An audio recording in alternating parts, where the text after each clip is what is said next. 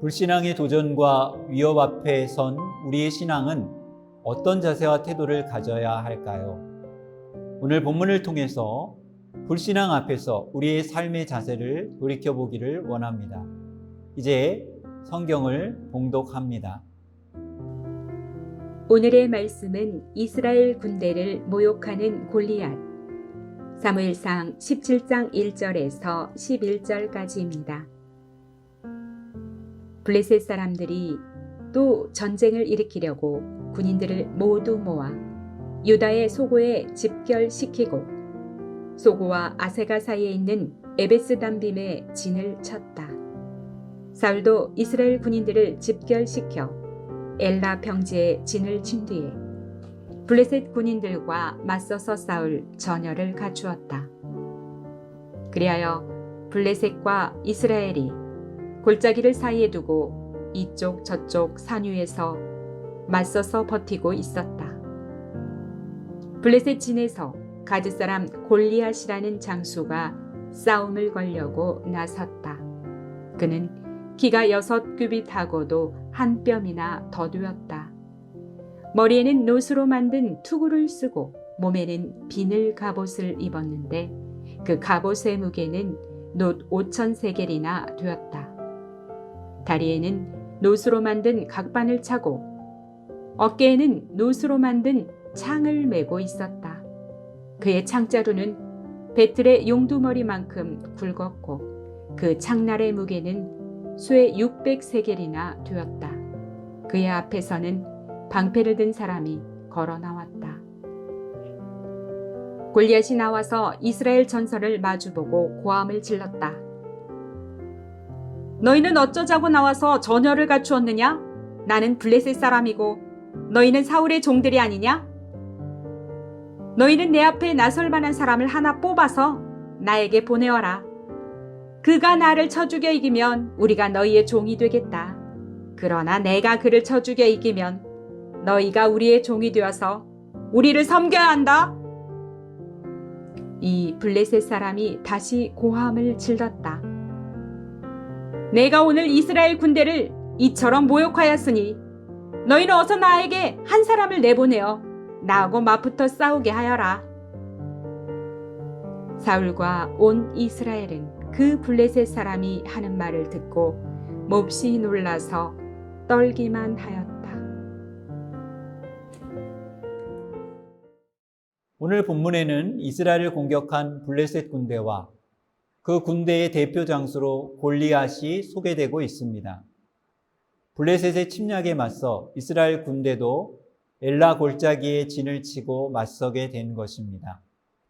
블레셋 진영에서는 골리앗이 나와서 말합니다. 8절에 보면 그가 서서 이스라엘 군대를 향하여 외쳐 이르되 너희가 어찌하여 나와서 진열을 벌였느냐? 나는 블레셋 사람이 아니며 너희는 사울의 신복이 아니냐? 너희는 한 사람을 택하여 내려 보내라. 그가 나와 싸워서 나를 죽이면 우리가 너희의 종이 되겠고 만일 내가 이겨 그를 죽이면 너희가 우리의 종이 되어 우리를 섬길 것이니라. 당시에는 전쟁이 대표 장수가 나와서 군대를 대표해서 싸움을 해서 승패를 겨루었음을 보여주고 있습니다. 블레셋에서는 블레셋을 대표해서 골리앗이 나온 것입니다. 골리앗의 이 말 속에서 승리에 대한 강한 자신감을 느낄 수 있습니다. 골리앗은 이어서 이렇게 말하고 있습니다. 10절에 보니까요. 그 블레셋 사람이 또 이르되 내가 오늘 이스라엘 군대를 모욕하였으니 사람을 보내어 나와 더불어 싸우게 하라 한지라. 당시의 군대는 신들의 군대였습니다. 이스라엘은 하나님의 군대였고 블레셋이 섬기는 신의 군대였습니다. 골리앗은 이스라엘 군대를 조롱함으로써 이스라엘의 하나님을 모욕하고 조롱합니다. 골리앗과 골리앗이 한 이 모욕적인 말이 어떤 반응을 일으켰는지 11절에 보면 사울과 온 이스라엘이 블레셋 사람의 이 말을 듣고 놀라 크게 두려워하니라 이렇게 말하고 있습니다. 골리앗의 모욕과 협박 그리고 그 비난 앞에서 이스라엘 군대는 두려움과 불안과 공포를 느끼게 된 것입니다. 골리앗 앞에 이스라엘 백성들만이 아니라 세상의 크고 작은 사건과 압력 앞에서 때로 우리 그리스도인들이 느끼는 두려움과 공포와 같다고 하는 것입니다. 오늘 성경에 골리앗을 보면 우선 신체 조건에 있어서부터 싸움에 탁월했다는 것을 알 수가 있습니다. 4절에 보면 그 키는 6규빗 한 뼘이요 이렇게 표현되어 있습니다. 당시에 한 규빗이 45cm 정도 되었기에 6규빗이면 한 2m 90cm 정도는 되었을 것입니다. 거기에다가 한 뼘을 더하면 3m가 넘는 거구였다는 것을 알 수가 있습니다. 외모에서부터 거대했다는 것이죠. 그런데 그 신체 조건에 또한 완전 무장을 한 골리앗이 소개되고 있는데요. 성경에 보면 머리에는 노투구를 썼고 몸에는 비늘 갑옷을 입었고 또 다리에는 녹 각반을 쳤고 어깨 사이에는 노 단창을 메었으니 이렇게 표현되어 있습니다. 강력하고 무시한 공격 무기가 있었는데 노 단창을 메고 있었다는 것입니다. 또한 든든한 방어 무기도 가지고 있었음을 묘사하고 있습니다. 방패든 자가 앞서 행하더라. 골리앗에 대한 어떤 공격에 대해서도 막을 수 있는 방패가 있었고요. 그 방패를 들고 다니는 또 다른 병사가 있어서 도와주고 있었다는 것을 말하고 있습니다. 전혀 빈틈이 없어 보입니다. 약점도 없어 보입니다. 위협적이고 두려워서 감히 이길 수 없는 존재처럼 보입니다. 마치 오늘날 하나님을 떠나 자신만만하게 살아가고 있는 수많은 현대인들의 자아의 모습인 것입니다.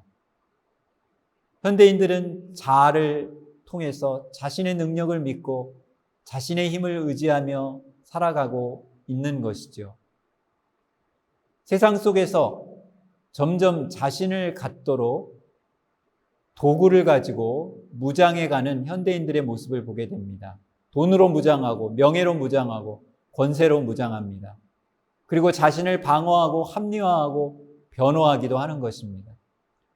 그래서 때로 하나님을 무시하기도 하고 모욕하기도 합니다. 그런 현대인들의 모습을 보면 두 가지를 잊고 있구나 하는 생각이 듭니다. 첫 번째는 자신의 존재와 삶이 하나님이 주신 선물임을 잊고 있습니다.